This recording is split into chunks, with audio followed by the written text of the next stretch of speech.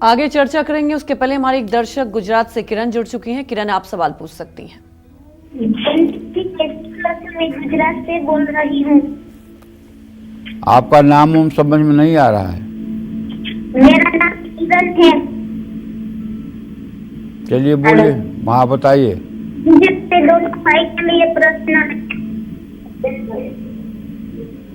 पहला 16/7/7 रात को 3 बजे उसका काम नहीं चल रहा है दोनों भाइयों का। चलिए किरण जी, आपने अपने भाइयों के काम के बारे में पूछा है तो मैं बताऊंगा कि आपके भाइयों के भातृभाव का स्वामी सूर्य है और उससे दशम भाव का स्वामी शुक्र है।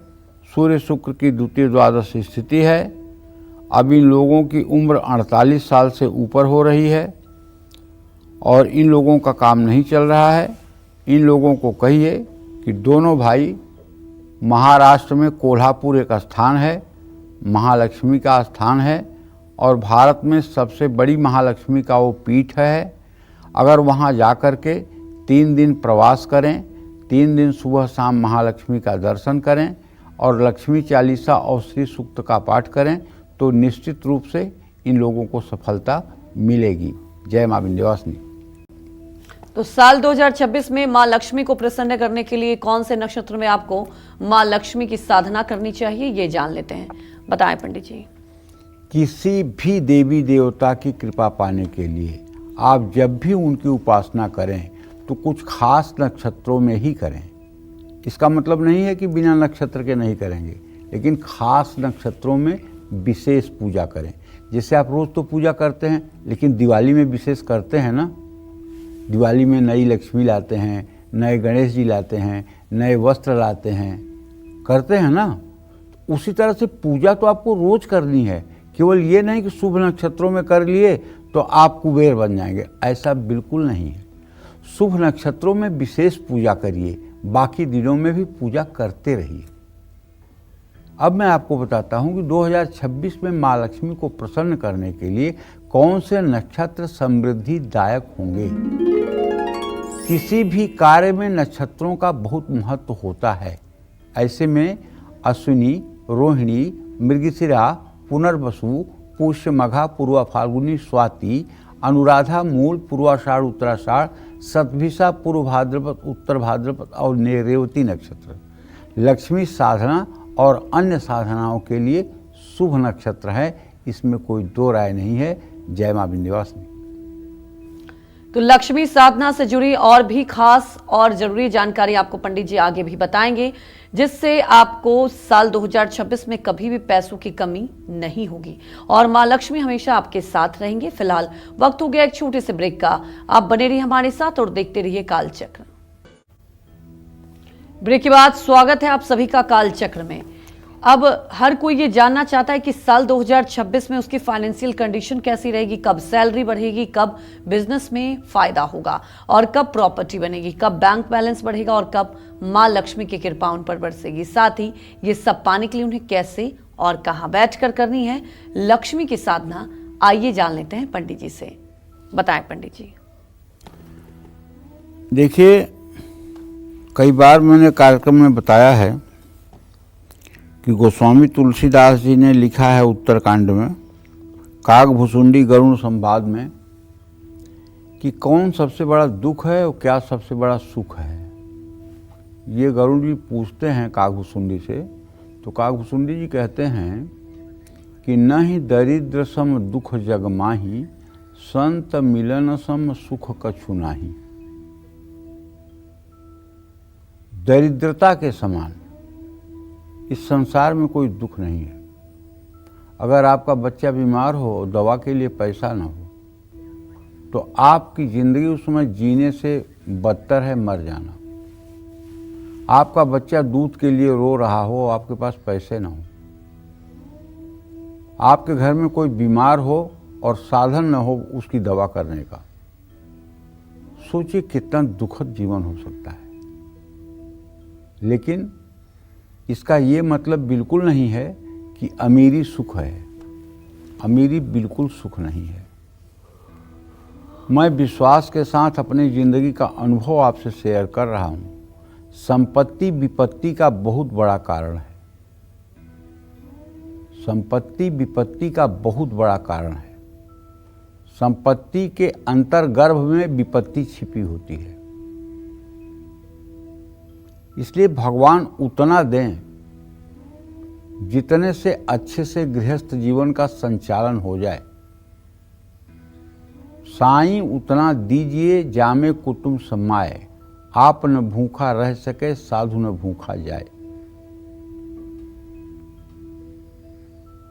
तो साधना करने के लिए जितना श्रद्धा का महत्व है, उतना ही आप कहाँ बैठकर साधना कर रहे हैं उसका भी बहुत महत्व है। स्थान का तो महत्व होता ही है। ऐसे में माँ लक्ष्मी की साधना करने का सबसे उत्तम स्थान क्या होना चाहिए, ये मैं आपको बताना चाहता हूँ। लक्ष्मी साधना के लिए स्थान का भी विशेष महत्व है। गौशाला, अपने गुरु के घर में, किसी मंदिर में, बगीचे में, किसी जंगल में, नदी के किनारे, बेल के पेड़ के नीचे, आंवले के पेड़ के नीचे, तुलसी के पौधे के पास, किसी पहाड़ पर, गुफा के अंदर, गंगा के तट पर लक्ष्मी साधना या कोई मंत्र की साधना करना उत्तम है। देवी के सिद्ध पीठों में थोड़ी सी भी साधना करने से मनुष्य की मनोकामना पूरी हो जाती है। जैसे कोल्हापुर में महालक्ष्मी का स्थान है, उनको करवीर निवासिनी भी कहा गया है। देवी भागवत में जो वर्णन है सिद्ध पीठों का, उसमें कहा गया है करवीर निवासिन्याम स्थान सर्वोत्तमो उत्तमः। करवीर निवासिनी महालक्ष्मी का स्थान सबसे सर्वोत्तम महालक्ष्मी का पीठ है। वहाँ अगर कोई जा करके, मंदिर में आगे तो भीड़ होती है लेकिन पीछे की तरफ खाली जगह रहता है, अगर वहाँ बैठ करके, वहाँ से विग्रह दिखाई भी देता है पीछे से, वहाँ अगर बैठ करके कोई व्यक्ति 108 पाठ श्री सूक्तम के 9 दिन कर ले, परिवार से नवमी तक, तो चाहे वो 500 करोड़ का कर्जदार हो, वो भी कर्ज से बाहर निकल आएगा और उसकी भी परिस्थिति बदल जाएगी। और वहाँ पुजारी लोगों से मिल करके माता के सहस्रार्चन की भी व्यवस्था करवानी चाहिए। सहस्रार्चन में 1000 कमल के फूल ललिता सहस्त्र नामावली के एक एक नाम से श्री यंत्र पर अर्पित करना, ये सहस्रार्चन कहलाता है। अगर कमल के फूल की व्यवस्था नहीं है तो कमल गट्टे के दाने, रोली, गुलाब की पंखुड़ियाँ और चावल, ये चारों चीज़ मिला करके ललिता सहस्रनामावली से उस परिसर में अगर आप महालक्ष्मी का सहस्रार्चन कर रहे हैं तो आपका कोई भी कठिन से कठिन लक्ष्य, जिसमें धर्म को ठेस नहीं पहुंच रहा हो, ऐसा कोई भी कार्य आपका जरूर पूरा होगा, इसमें कोई दो राय नहीं है। हमारे पिताजी कहा करते थे कि सुरेश, अगर कोल्हापुर एक बार कोई चला जाए तो उसका 7 जन्म 7 पीढ़ियों तक कोई दरिद्र उस घर में नहीं पैदा होता। लेकिन बड़े दुख की बात है कि मैं उन्हें कोल्हापुर नहीं ले जा पाया और वो नहीं जा पाए। इच्छा उनकी बहुत थी लेकिन सामर्थ्य मेरी नहीं थी, क्योंकि वो तो केवल भजनानंदी थे। लेकिन जब महालक्ष्मी ने कृपा की और थोड़ा सा सामर्थ्य हमारा हुआ तो साल में एक बार जाना मैंने शुरू कर दिया और ये क्रम अनवरत 20 सालों से जारी है। और मुझे उनका हर बार चमत्कार दिखाई देता है। जो लोग हमारे साथ गए हैं उन लोगों का भी जीवन बहुत तेजी से बदला है।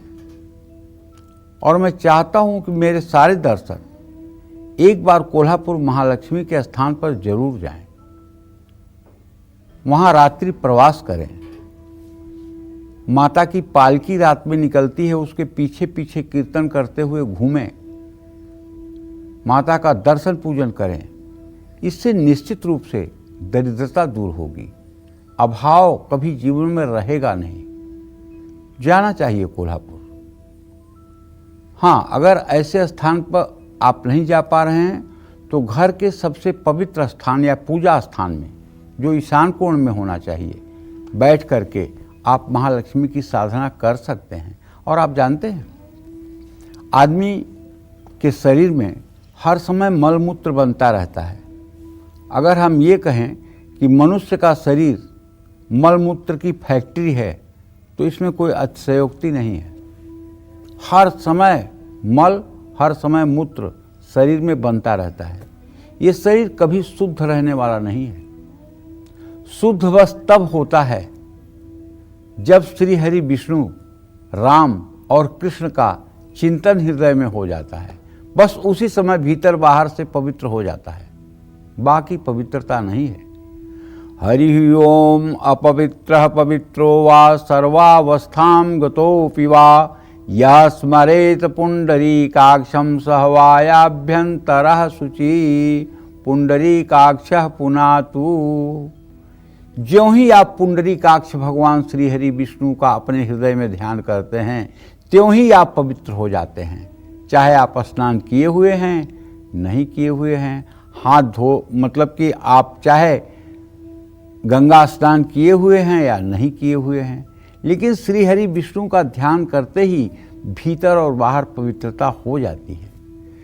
स्नान करने से बाह्य पवित्रता होती है, अंतः पवित्रता नहीं होती, क्योंकि अंतः में, आपके शरीर के अंतः में मलमूत्र हर समय निर्माण होता रहता है। वह अशुद्ध है, उससे शरीर कभी शुद्ध नहीं होता है। लेकिन भगवान श्री हरि विष्णु का ध्यान करने पर, राम दरबार का ध्यान करने पर, बिहारी जी का ध्यान करने पर, राधा कृष्ण का ध्यान करने पर सद्यः पवित्रता पूरे शरीर में आ जाती है। और जब पवित्रता आ जाती है तो आप हर तरह की पूजा करने के योग्य, हर तरह की पूजा करने की पात्रता को प्राप्त कर लेते हैं। जय मां विंध्यवासिनी। पंडित जी, आप बता रहे थे कि कैसे माँ लक्ष्मी की पूजा करनी चाहिए, कहाँ बैठकर साधना करते हैं। अक्सर देखा जाता है लोग मंत्र का जप करते हैं, आपको भी कई बार मैंने देखा है आप जप करते रहते हैं। तो क्या माँ लक्ष्मी के मंत्र का भी जप कर सकते हैं अगर आप ट्रैवल कर रहे हैं, कहीं भी बैठे हैं तो? देखिए, माँ लक्ष्मी के मंत्र कई प्रकार के हैं जी। एक मंत्र तो ऐसा है कि जब आप नहा करके, स्नान करके, आचमन प्राणायाम करके आसन पर बैठकर महालक्ष्मी के विग्रह के सामने बैठ करके रुद्राक्ष या कमलगट्टे की माला पर उस मंत्र का जप करेंगे। जिस मंत्र का जप करेंगे उस मंत्र का विनियोग, न्यास, ध्यान, माला पूजन, ये सब आपको करना होगा अगर आप बड़े मंत्र कर रहे हैं। जैसे बड़े मंत्र का मतलब ओम ऐं ह्रीं क्लीं चामुंडाय विच्चे नमः। दूसरा मंत्र बड़ा गोपनीय है यार, कहना नहीं चाहिए, अच्छा जाने दो, आप लोग पढ़ लीजिएगा। दिव्य अथर्व शीर्ष में कामो योनि कमला वज्रपाणी गुहा हसा मातरिस्वाभिमिंद्र पुनर्गुहा सकला माया पूर्वश्याम विश्व मातादि विद्योम। ये मंत्र बताने की आज्ञा नहीं है शास्त्रों में, इसलिए मैं नहीं बता रहा हूँ, लेकिन मैं आपको हिंट कर रहा हूँ कि देवी अथर्व शीर्ष में ये जो श्लोक है, कामो योनि कमला वज्रपाणी गुहा हसा मातरिस्वाभिमिंद्र पुनर्गुहा सकला माया पुरुषाम विश्व मातादि विद्योम, इसका आप हिंदी में अर्थ पढ़ लेंगे तो ये मंत्र आपको कुछ समझ में आ जाएगा। इस मंत्र की बिना दीक्षा के ये मंत्र नहीं जो है किया जाता है, इसकी श्री विद्या की उपासक के द्वारा दीक्षा लेकर के ही ये मंत्र किया जाता है। ये श्री विद्या उपासना का सबसे बड़ा पंचदशी मंत्र है। अच्छा, उसके बाद जैसे देवी भागवत में एक मंत्र है, ओम श्रीं ह्रीं क्लीं ऐं कमलवासिन्ये स्वाहा। इस मंत्र को भी आप आसन पर बैठकर आचमन प्राणायाम करके रुद्राक्ष की माला पर जप करेंगे। लेकिन जैसे भगवान का नाम ओम नमो भगवते वासुदेवाय है, इसको आप बिना नहाए धोए, बिना पवित्र हुए, बिना आसन प्राणायाम किए आप नहीं कर सकते हैं। लेकिन भगवान का सीताराम नाम, राधा कृष्ण नाम आप जब चाहें तब शुद्ध अशुद्ध अवस्था में चलते फिरते उठते बैठते हर समय कर सकते हैं। कलयुग केवल नाम आधारा, सुमिर सुमिर नर उतर ही पारा। नाम सबसे बड़ी चीज़ है। उसी तरह से महालक्ष्मी का अगर आप नाम जप करना चाहते हैं और आप चाहते हैं कि महालक्ष्मी की अपार कृपा आपके ऊपर बरसे, तो आप हर समय श्रीम मंत्र का जप करें। अगर आपको धन चाहिए, अगर आपको आर्थिक स्थिति ठीक करना है, अगर आपको अपनी परिस्थिति ठीक करना है, तो श्रीम मंत्र का जप करिए।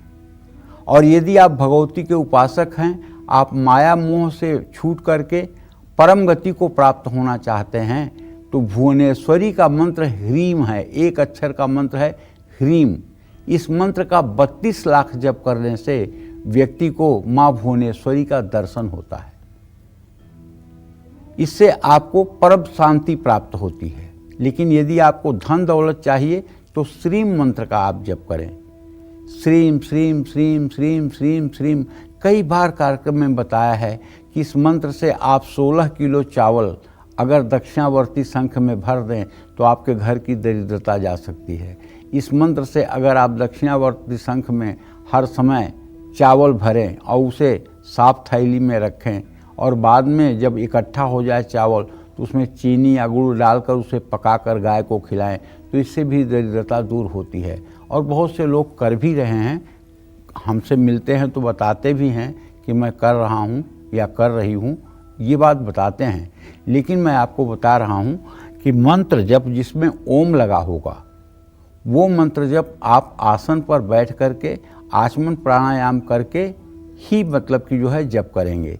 लेकिन जो नाम जप है, जैसे सीताराम, राधा कृष्ण, कृष्ण कृष्ण, गोविंद गोविंद, नारायण नारायण,